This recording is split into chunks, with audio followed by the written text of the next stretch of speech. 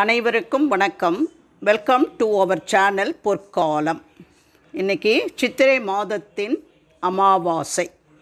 இந்த சித்திரை மாத அமாவாசை என்று நாம் பித்ருக்களை எந்த ஒரு மந்திரத்தை சொல்லி வழிபட்டால் பித்ரு தோஷம் சாபம் நீங்கும் என்பதை தான் இந்த பதிவில் பார்க்க போகிறோம். வாங்க நம்ம வீடியோக்குள்ளே போகலாம்.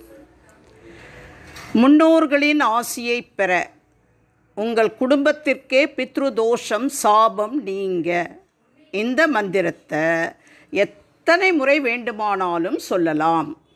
பித்ருக்களை வணங்கும் பொழுது, பித்ருக்களுக்கு படையலிட்டு பூஜை செய்யும் பொழுது, காகத்திற்கு சாதம் வைக்கும் பொழுது, தர்ப்பணம் கொடுக்கும் பொழுது, திதி கொடுக்கும் பொழுதும் இந்த சக்தி வாய்ந்த பித்ரு மந்திரத்தை நீங்கள் சொல்லி அவர்களை வழிபட்டால் பித்ரு தோஷம் பித்ரு சாபம் நம்ம குடும்பத்தை விட்டே விலகிவிடும்.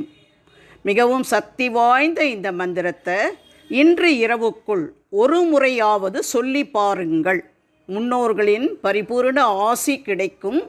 இனி நாம் எடுக்கின்ற எல்லா காரியங்களிலுமே நமக்கு வெற்றிதான் கிடைக்கும். அந்த மந்திரம் என்னன்னா பித்ரு காயத்ரி மந்திரம்.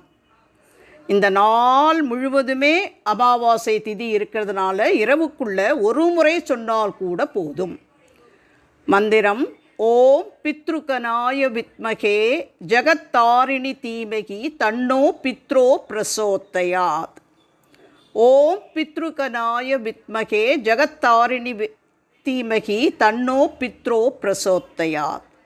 ஓம் பித்ருகனாய வித்மகே ஜகத்தாரிணி தீமகி தன்னோ பித்ரோ பிரசோதயாத்.